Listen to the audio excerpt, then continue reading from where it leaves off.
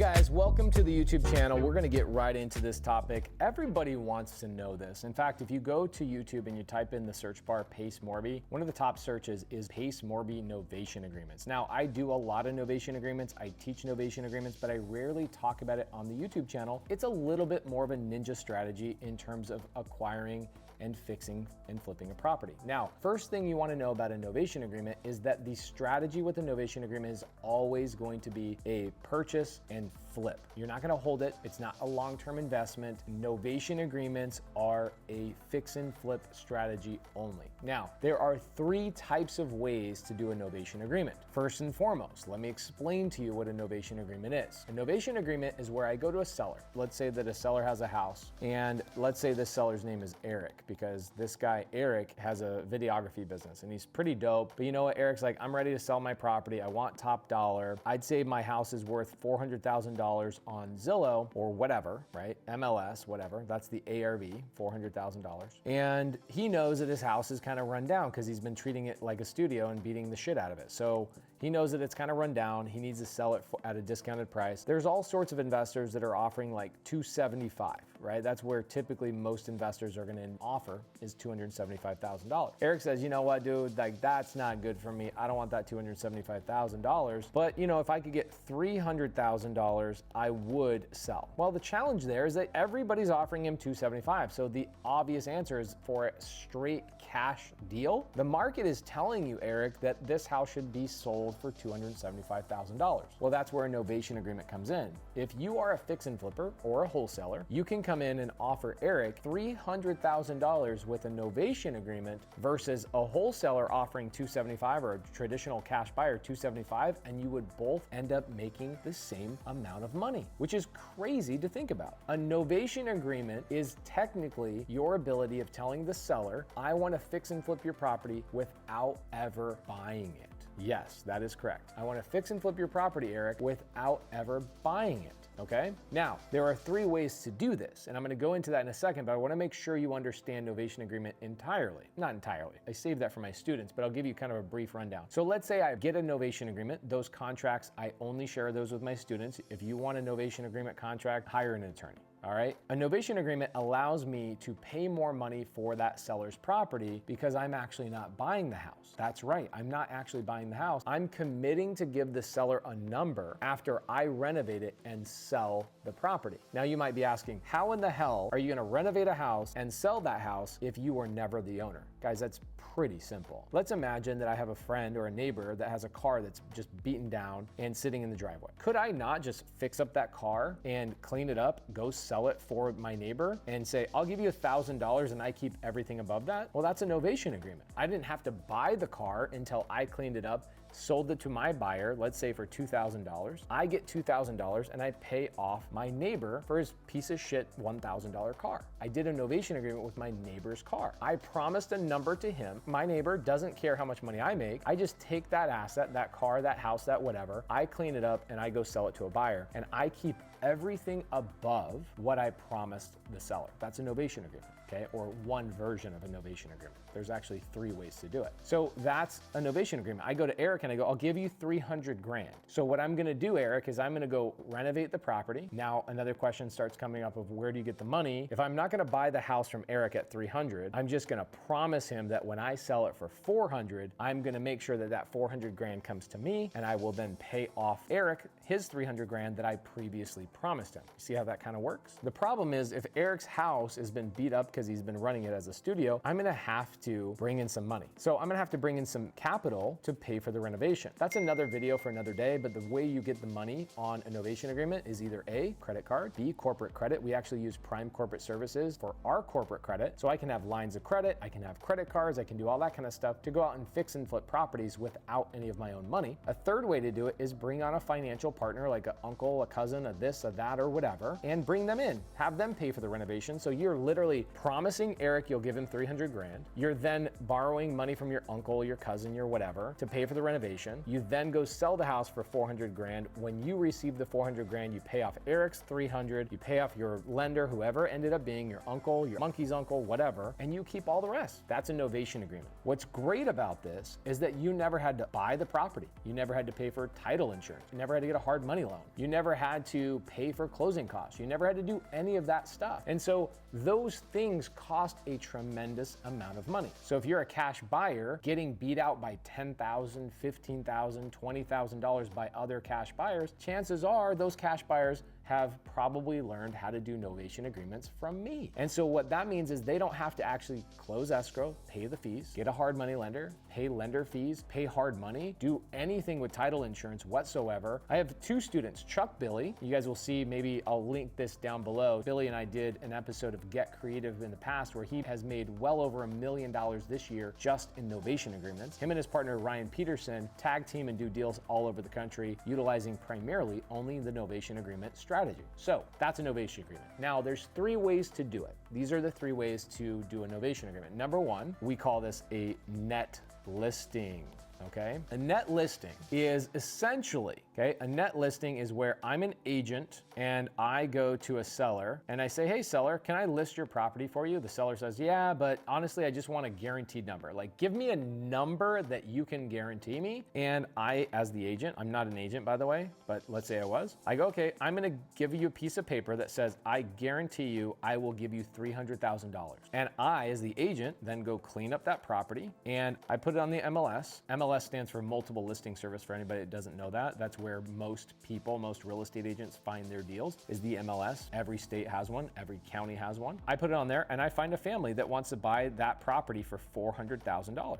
Okay, well, cool. That $400,000 essentially comes to me. I'm keeping this very simple. I teach this in depth in my Subto.com course, but that $400,000 comes to me. Then I pay off that $300,000 to the seller, and I essentially get paid $100,000 minus any of my costs, like paint, carpet, if I did any of those things. And sometimes you don't, sometimes you do. Every deal is a little bit different. Now, as you guys are listening to this, I want you to ask questions down below and we'll do more videos about this. Now, that's a net listing. If I'm not an agent, I can't do a net listing, okay? So we call them novation agreements for non-agents. Now, if you have a title company that's stupid and inexperienced and you say, hey, I want to do a novation agreement, chances are that title company is going to tell you, sorry, we don't do novation agreements, but they will know a net listing. Now, you'll also get real estate agents that think they're really smart because they're licensed real estate agents. The reality is they don't know what they're talking about. They'll say, my state tells me that net listings are illegal. Guys, they're not illegal. You just have to structure them properly. Everything is illegal unless it's structured properly. Like walking into Walmart and just taking something off a shelf and walking out the door is technically illegal, but if you go to the cash register first and you pay for it, it no longer is illegal. So a net listing, if it's structured properly, is very similar. There's a very subtle difference between a net listing that's illegal and a net listing that's not, okay? These are the things that I teach in Subto.com. A net listing is the first type of novation agreement. A second type of novation agreement is where I, as the real estate investor, this is where I just call it a novation, okay?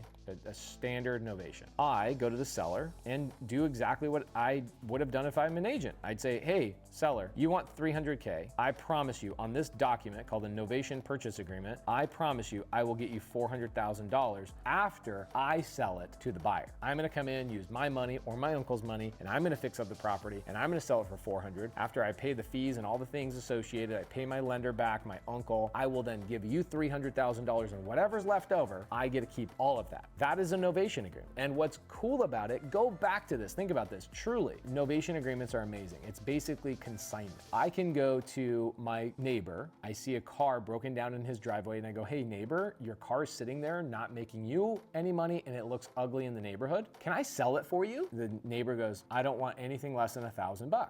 Okay, well if I can get you $1,000, do you care how much I make? And the neighbor goes, I don't freaking care how much money you make. Great, just give me $1,000 once you sell it. All right, so I'm gonna clean it. I'm I spend my weekends cleaning it, putting in that sweat equity. I then go sell that car for $5,000 minus, maybe some costs and some new tires and new whatever else. And let's say I walk away making $2,000. Does my neighbor care how much money I make as long as he gets his $1,000? No. Did I have to give him his $1,000 before I got my money? The answer is no. That's why novation agreements are dope. The second thing is a standard novation agreement. The third way to do a novation agreement is a partnership with the seller. Partnership with the seller, where the seller says, well, I want $300,000. And I've done this multiple times where I go, well, seller, I think the house is gonna sell for 400 grand. And the seller will go, I think it will sell for way more money, because sellers, one of my favorite sayings ever is buyers are liars, sellers are worse. And sellers believe their house is worth way more than it is, always. Like, I've never met a reasonable seller. Are they out there? I'm sure maybe there are some, but I've never met them. A seller says, I believe my house is gonna sell for $425,000. Okay, well, why don't we structure this in a way that if we do sell it for over $400,000, anything at $300,000 and below, everything's yours. Everything between $300,000 and $400,000 is mine, and anything over $400,000 we split. Okay, that would be a partnership that you can structure with that seller. This was like the first way I stumbled upon a novation agreement. I learned this all on my own. Nobody was teaching novation agreements at the time, and now there's a bunch of people that like pop up and teach novation agreements. But I learned this on my own. I ran into a seller that just wanted a little bit too much money, and I said, man, well, if I didn't have to pay for the closing cost to buy it, I didn't have to go get a hard money lender and pay hard money fees, I didn't have to pay lender costs every single month, and if I didn't have to go borrow a big chunk of money, this would make it a lot easier, because those costs that I just said usually eat up $10,000 to $25,000 on every single deal. So if I don't have those costs, then can't I just up my offer $10,000, $15,000, or $25,000 and still make the same amount of money? The answer is yes, and that's what's so beautiful about novation agreements. So those are the three ways to structure a novation agreement inside of each one of these strategies, right? Seller net listing, traditional novation agreement, or a partnership with the seller. There are still even subcategories underneath those, because every seller is going to be a little bit different, right? There might be a sliding scale. This is where negotiations become incredibly powerful. If I were you and you want to learn novation agreements, either A, join my mentorship. As long as there's an open spot in your city, join my mentorship. Go to subto.com/start and see if there's an opening in your area. Doubt there is, because you probably live in Houston or one of these big markets where we've closed out the mentorship. Or two, go to my free creative finance Facebook group. It's called facebook.com/groups/creative finance with Pace Morby. We really made a point of making a long ass Facebook name just for you guys. All right. So facebook.com/groups/creative finance with Pace Morby. Why would I go to a Facebook group? Some of you guys out there are like anti-social media, by the way. Shame on you. It's 2022 or whatever year it is, and you're afraid of social media. Guys, like, the government has a microchip in your arm. They have a microchip in your neck.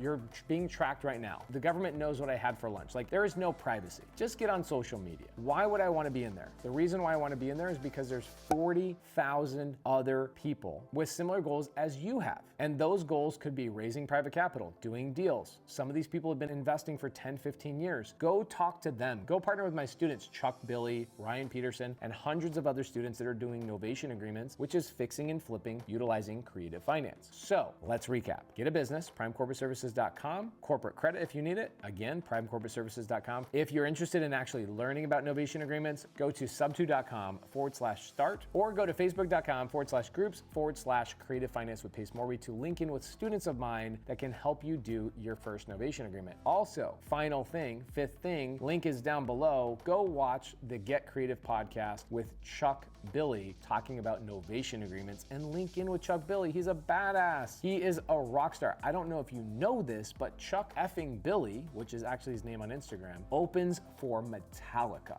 I'm not joking you. His band Testament opens for Metallica. They tour with Metallica. That's how epic Chuck effing Billy is. He can do novation agreements and make millions of dollars from his tour bus. That's how simple novation agreements are. So, last thing I'll answer, can I wholesale a novation agreement? The answer is yes, you absolutely can assign the rights to purchasing a novation agreement. Now, here's the problem with a novation agreement. It's going to create more questions for you, then I probably have answered. There's so many things of like, well, how do I protect my lender? How does the title company know how to handle these transactions? Guys, these are things I'm never gonna teach you. I teach my Subto students Novation agreements, and I go in depth on exactly how to structure them, the paperwork, all the legal structures. In fact, my first student, DJ Martin, that ever did a Novation agreement was a year and 10 months ago. Third day of my mentorship, he comes into one of my Q&As and he goes, Pace, I've got a problem. The seller's asking like 10 grand too much money. They won't negotiate. I've tried everything. I go, try a Novation agreement. DJ Martin was like, say what? What's a Novation agreement? I taught him what a Novation agreement is. He went on to make $80,000 and saving a seller from foreclosure. Novation agreements are sick. So check into the links down below for some additional help, and I'll see you in the next freaking video.